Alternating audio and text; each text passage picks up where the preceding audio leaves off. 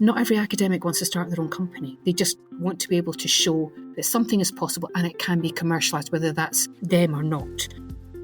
I'll still get a buzz about seeing one of the projects we've worked on in the supermarket. Hopefully you get there in the end. But even if you don't, you learn something. What's that line? You either win or you learn. I think fundamentally it's about support, because it can feel a bit lonely otherwise. Welcome to the Academic Adventures podcast. This podcast is all about people who have embraced the opportunity to combine their academic work with entrepreneurial ventures. You'll hear about the highs and lows, balancing responsibilities and grabbing opportunities, plus advice for anyone thinking about following a similar path. Hello there, I'm your host Sarah McLusky, and my academic adventurer for this episode is Catriona Liddle. Catriona is head of the Scottish Centre for Food Development and Innovation at Queen Margaret University in Edinburgh. Catriona joined the university in 2015 after a 20-year career in the food industry, including time at well-known brands like Campbell's Soup and Diet Chef. Catriona specialises in product development and reformulation. Her interest in health and sustainability led her and colleague Julian Longshaw to develop Palm Alt. This palm oil replacement hit the headlines last year and could go into production soon, but as you'll hear, the development process was not without its challenges, especially with COVID in the mix. As a self-confessed nerdy academic, Catriona does get a kick out of seeing the products that she's worked on out in the real world, but is happy to leave the nuts and bolts of commercialisation to someone else.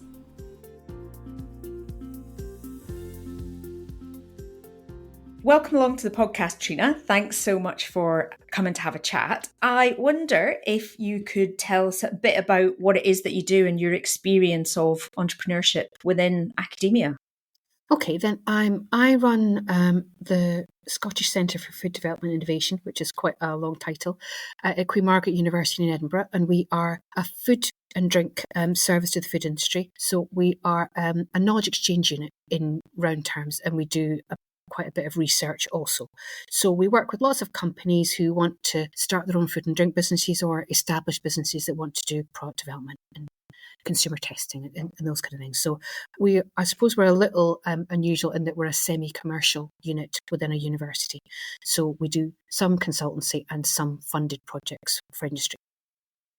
Yeah, so I think as one of the things we want to dig into today is some of those projects you've been involved in with industry and actually your background's in industry, isn't it, rather than in academia? Yeah, I mean, I joined Queen Margaret in 2015 after quite a long career in the food industry, 25 years, something like that. So my background has been in entrepreneurial companies, and then coming to Queen Margaret is a relatively small team we have here, but we're very specialist. So we can do lots of different things from across the food sector. So if you're a food and drink business that would like some help, then we like to hope that we can help most applicants for that. Excellent. I wonder if you could tell us then, in your position where you are now at QMU, about one or two of the projects that you're involved with. So the project that I'd probably like to talk about today is our Palm Alt project, which is a replacer for palm shortening in the bakery industry. So if you know anything about palm oil, it's not got the biggest reputation for sustainability. It's very highly saturated fat, but it's used everywhere in the food industry, especially bakeries. It's quite high usage in bakery because it's very functional and very cheap. What we looked at is we did a bit of research ourselves without any particular funding. Myself and my co-creator, Dr. Julian Longshaw, who's also at Queen Margaret, did a bit of work by ourselves looking at initially and found some quite useful information. So we then started applying for fundings, a little bit of internal funding, and then was lucky enough to achieve some decent sized funding from Innovate UK. So we got just a bit less than £700,000 in 2 stages to look at that, which is a reasonable amount of money for a small university like Queen Margaret. Because by that point we had some very encouraging results, and the whole point of that project was to look at commercialisation and upscaling and that kind of stuff. So we did that, and it was successful. We finished the project. It was quite challenging during COVID.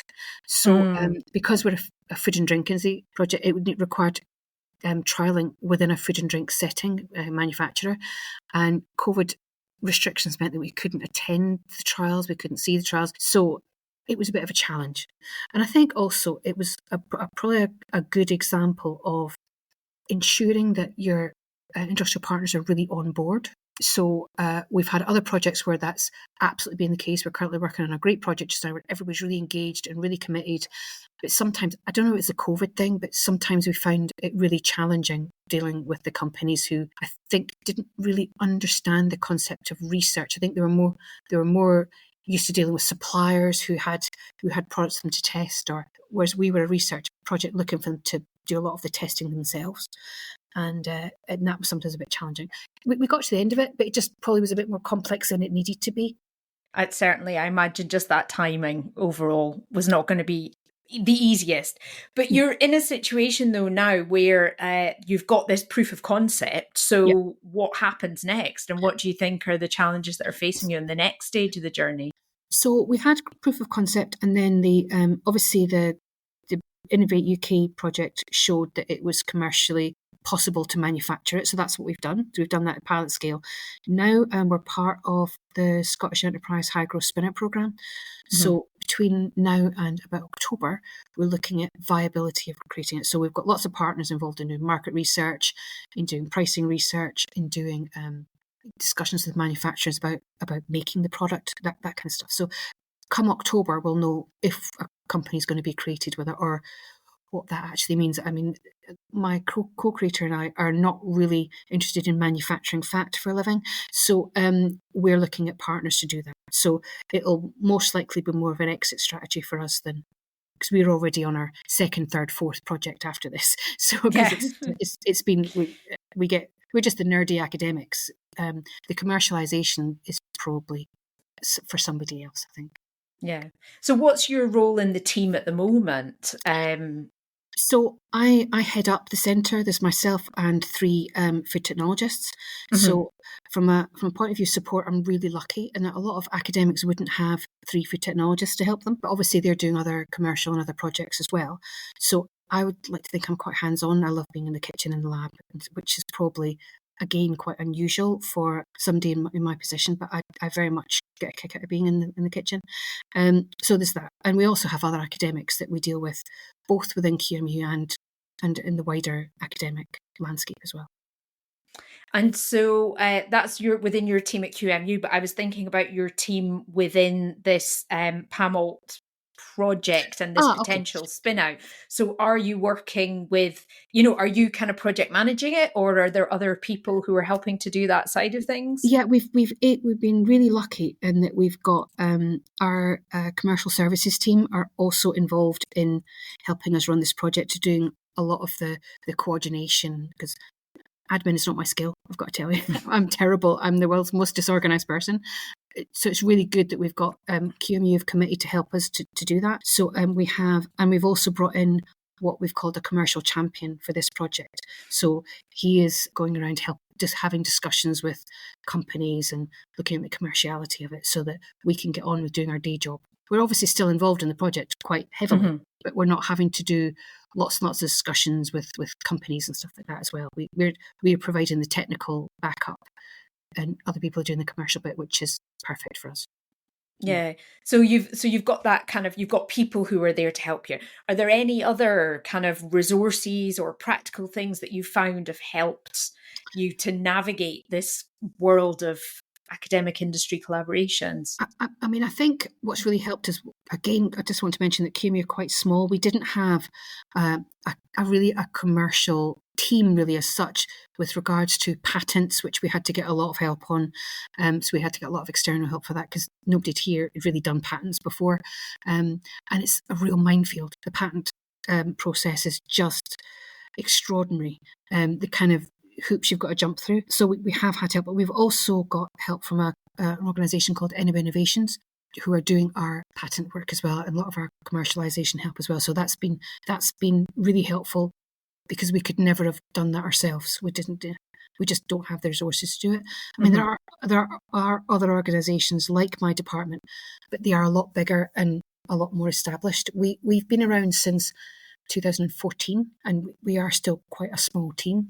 But having said that, we think we punch above our weight quite a bit in terms of impact with the food industry, and we're providing things that other organisations like us don't provide, like real hands-on product development help and stuff like that. So if an entrepreneur comes to us, quite often get people coming to us and have an idea, but it might not be legal, or it might not be feasible, or it might not be. So we're there to kind of help them with that process. Or they have an idea and say, I'd love to do this, but I've no idea where to start.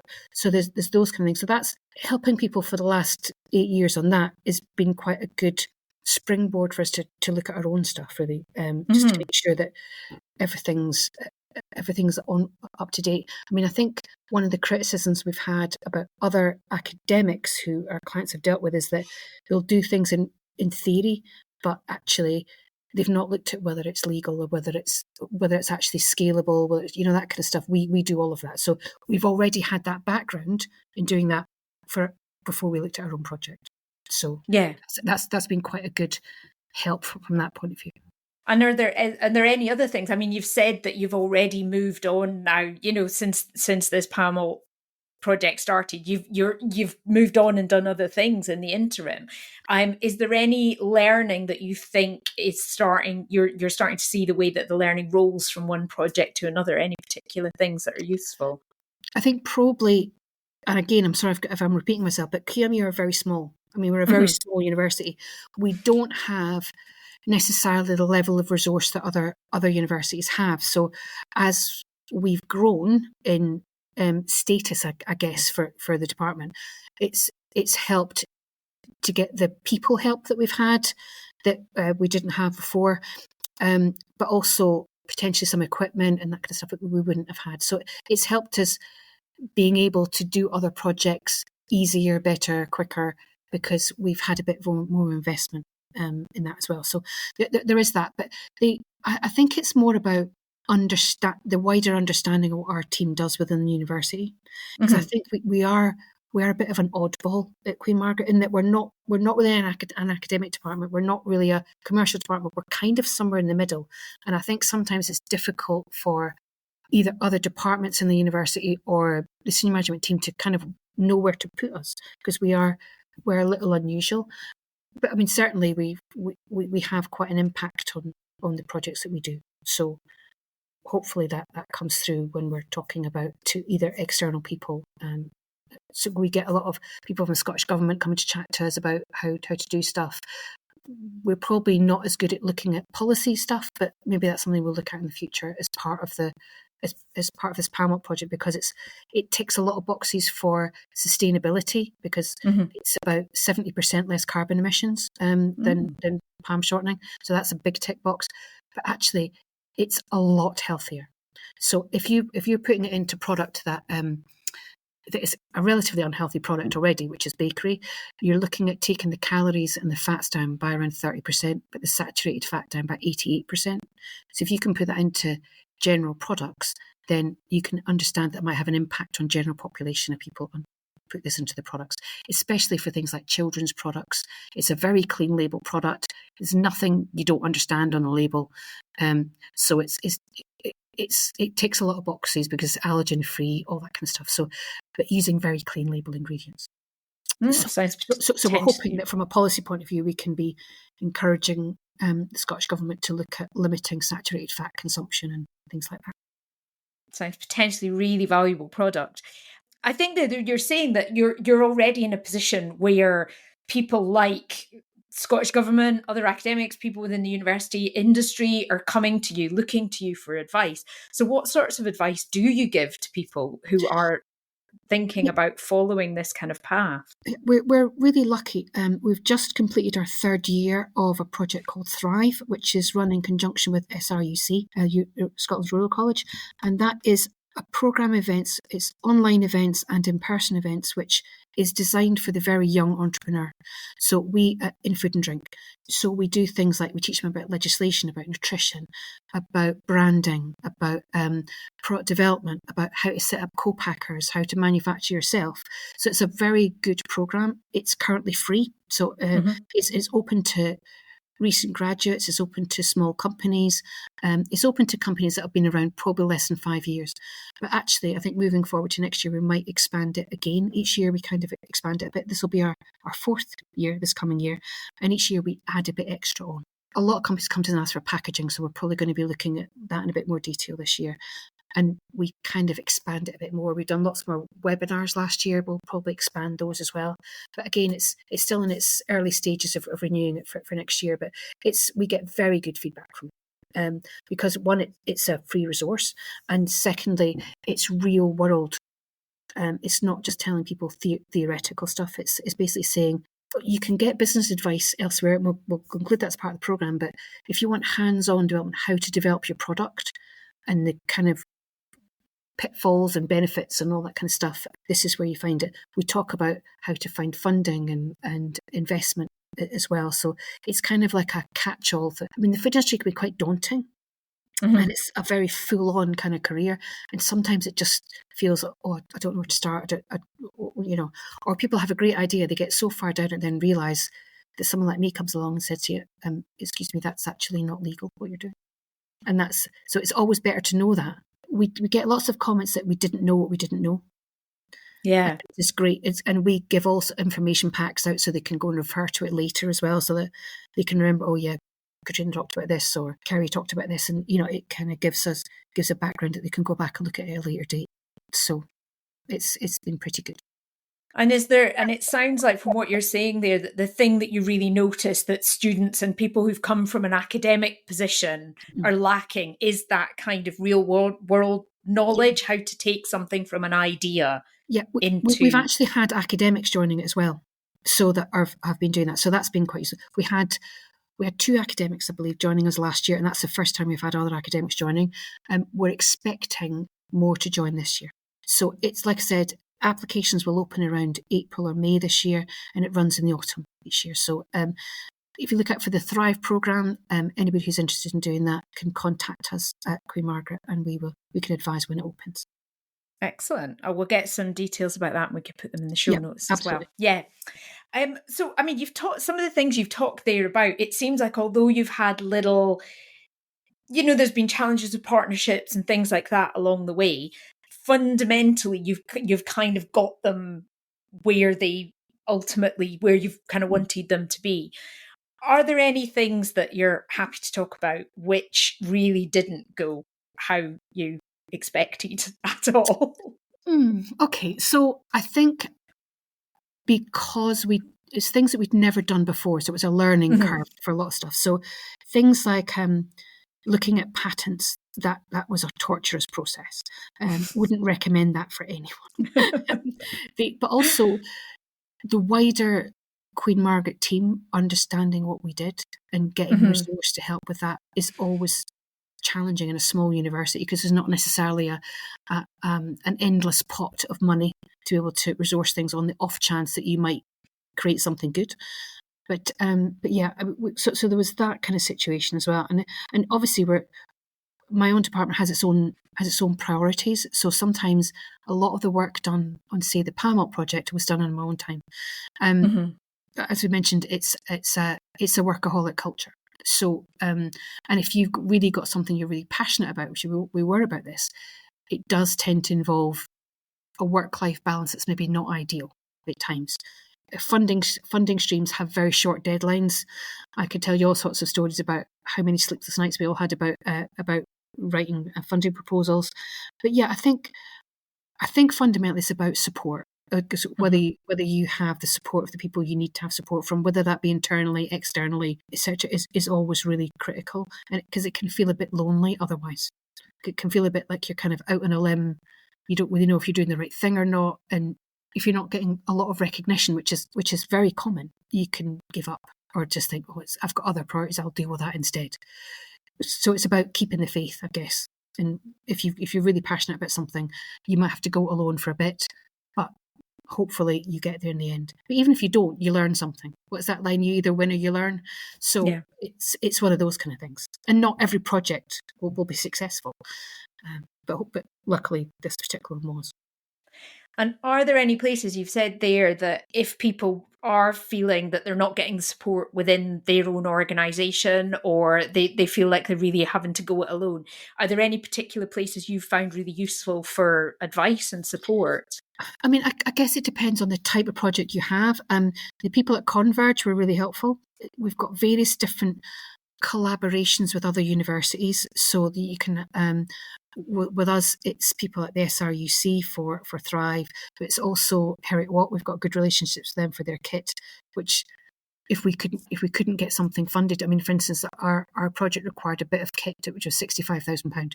We didn't have £65,000, but we knew somebody who had that bit of kit, so we were able to use those. But from a helpful point of view, again, it depends on what the status of your project for entrepreneurship. I would always recommend Business Gateway as a starting point. Individual funding can be challenging to get as an academic if you're not used to writing funding applications. So any help you can get with funding applications is a big bonus. So if your university runs courses in it, take them.